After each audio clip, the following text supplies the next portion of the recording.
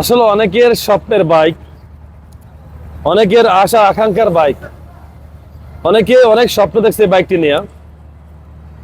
আসলে সত্যি কথা বলতে কি, একটা টাইমে আমরাও অনেক স্বপ্ন দেখছি, এখন সামনে আয়া পথে তো বাস্তবায়ন হয়ে গেছে, আলহামদুলিল্লাহ ভালো লাগতেছে।